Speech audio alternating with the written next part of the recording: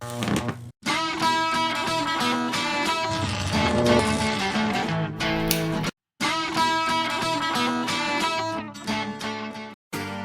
sou a Camila e minha pesquisa é essa.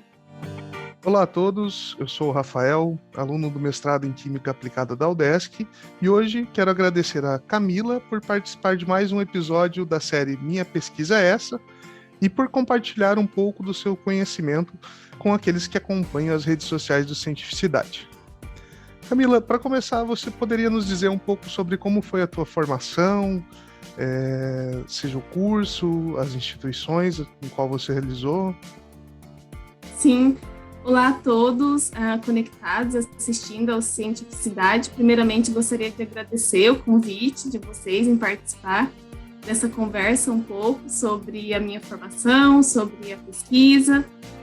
Então, eu sou formada pela UEM, a Universidade Estadual de Maringá, em Química. Alguns dias atrás, faz pouquinho tempo que eu me formei. E depois da minha graduação, eu gostei muito da área da pesquisa e aí eu continuei. Então, fiz mestrado, doutorado, pós-doutorado e hoje eu estou numa posição de pesquisadora na Universidade de Ohio, nos Estados Unidos. A tua pós-graduação toda foi realizada na UEM mesmo? Ou você teve alguma mudança no decorrer da tua formação? Então, eu finalizei a graduação em Maringá e o mestrado, doutorado, eu fui para a USP, em Ribeirão Preto, no interior de São Paulo. Uhum. E qual foi o programa de pós-graduação que você realizou? Programa de pós-graduação em Química, especificamente mais em Química Inorgânica, a pesquisa, né? Porque na Química, assim como nas outras áreas, é muito complexo e para ficar um pouquinho mais organizado, a gente divide orgânica, inorgânica, material, Química Aplicada, ensino de Química, e o programa lá tem uma base... Todas essas ramificações, né? Sim, bom, tem todas essas ramificações e a pesquisa na área de inorgânica. Eu acredito que você tenha desenvolvido diferentes pesquisas no decorrer da tua formação, né? Claro que tudo muito semelhante quando a gente escolhe a área, né? Mas dentre uma delas, do mestrado, do doutorado, você poderia nos dizer um pouco mais sobre o que você trabalhou?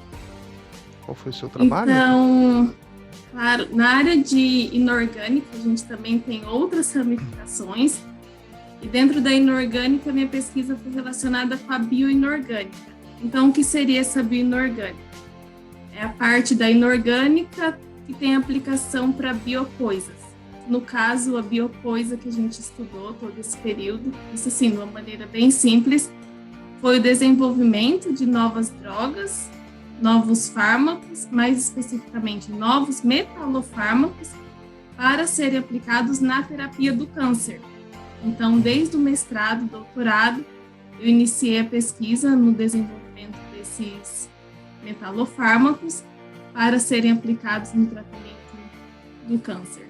E aí, quando eu continuei os estudos no pós-doc, as pesquisas, eu também continuei nessa mesma linha.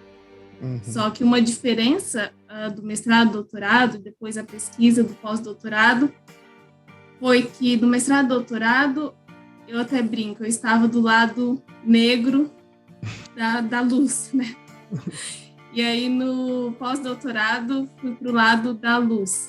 Mas quando a gente fala assim, terapia para o câncer, na guerra contra o câncer, esses dois lados, o lado negro ou o lado da luz, eles se complementam, eles são amigos, não é que nem nos filmes de ficção científica.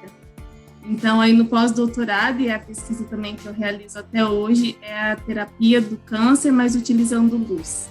Certo. Então, fica nítido que há uma necessidade desses estudos eu posso chamar de fármacos, né, para o tratamento do câncer. No entanto, durante a tua formação, durante o teu trabalho, você percebeu que já colhemos frutos, já existem contribuições do que você realizou para a sociedade? Sim, com certeza. É assim, ainda para o tratamento do câncer, a gente fala assim, todas essas terapias que têm sido desenvolvidas, desde a radioterapia, a quimioterapia, essas pesquisas em laboratórios e até pesquisas em humanos, é como assim, aqueles trabalhos de formiguinha. Porque até eu participei de um congresso em outubro e um pesquisador mencionou uma coisa assim, impactante, mas uma realidade, uma coisa muito real, que ele falou assim, o câncer ainda é um problema muito grave, muitíssimo, e pouco resolvido. Por quê? Porque ao invés de diminuírem os casos, com o passar dos anos, os casos aumentam e não diminuem. Então, desde que as terapias melhoram, né, os tratamentos estão mais avançados, só que ainda há muitos casos, né? No Brasil, por exemplo, 400 mil novos casos todos os anos.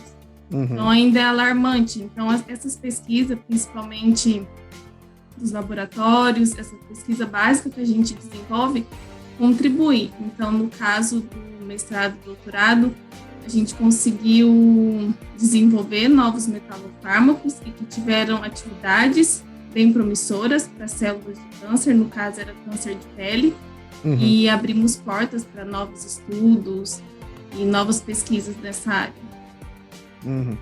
Entendi. Eu percebi que durante a tua explicação você já manteve se assim eu posso dizer, uma simplicidade no momento de explicar.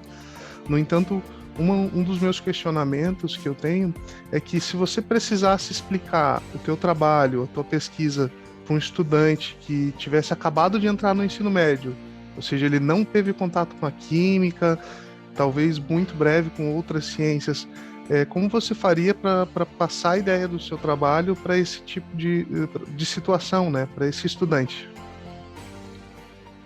Então, por exemplo, quando a gente toma um medicamento, qual que é a principal preocupação de tomar o medicamento? É o efeito colateral. Então, assim, tomei o medicamento para dor de cabeça. Mas deu dor na barriga, deu dor no pé. E para o câncer era a mesma coisa. Por isso que não temos terapias tão desenvolvidas. Então, uma terapia que é recentemente nova, ela é chamada terapia fotodinâmica. E o que é essa terapia, esse nome todo? O que a gente pode resumir? Essa terapia, ela precisa de 3 componentes. Então, nós temos luz, nós temos o corante, nós também precisamos, e precisamos de oxigênio. Mas como assim oxigênio? Oxigênio igual a esse que a gente respira. Precisamos dele para essa terapia ser efetiva. Então, como que funciona? Vou dar um exemplo, como se eu tivesse o corante. O corante seria o que você mencionou como o fármaco, né? O medicamento, isso, né? O medicamento. Sim. Só que esse medicamento, esse fármaco, ele só vai ser ativado, ele só vai ter o efeito dele quando eu colocar a luz próximo dele. Pegar a luz, colocar próximo, que é o que a gente chama de irradiar. Porque no escuro, se eu só passar o creme aqui na minha mão e ficar lá no escuro dormindo, não vai acontecer nada no quarto escuro. Eu acredito que uma maneira que a gente possa exemplificar essa ação da luz em materiais são aqueles brinquedos que, pelo menos eu, na minha infância, a gente tinha na parede ou no teto, que eles absorviam a luz, né? Durante você estava com a luz ligada e de noite eles ficavam brilhando, né? Sim. Eu acho que isso seria uma maneira muito interessante de a gente exemplificar a interação da luz, né, com a matéria, que no caso do teu trabalho seriam os medicamentos, né? Seria claro que outra função e eles geram outros resultados, né? Sim. Igual você exemplificou, hoje a gente vê muito em prédios, né, letreiros saída de emergência, que ficam, que a gente chama de fluorescentes, que ficam brilhando, ou os brinquedos. As meninas hoje também têm esmaltes, batons, maquiagens, que você passa, fica na luz um pouco e depois fica brilhando. Muito bacana. Camila, eu gostaria de te agradecer novamente pelo conhecimento que você compartilhou com todos aqueles que acompanham as redes sociais do Cientificidade. Gostaria de pedir também que todos que acompanham Confiram as nossas programações, compartilhem as publicações e até o próximo vídeo. Tchau, tchau. Perfeito, muito obrigada. Até mais. Tchau, tchau.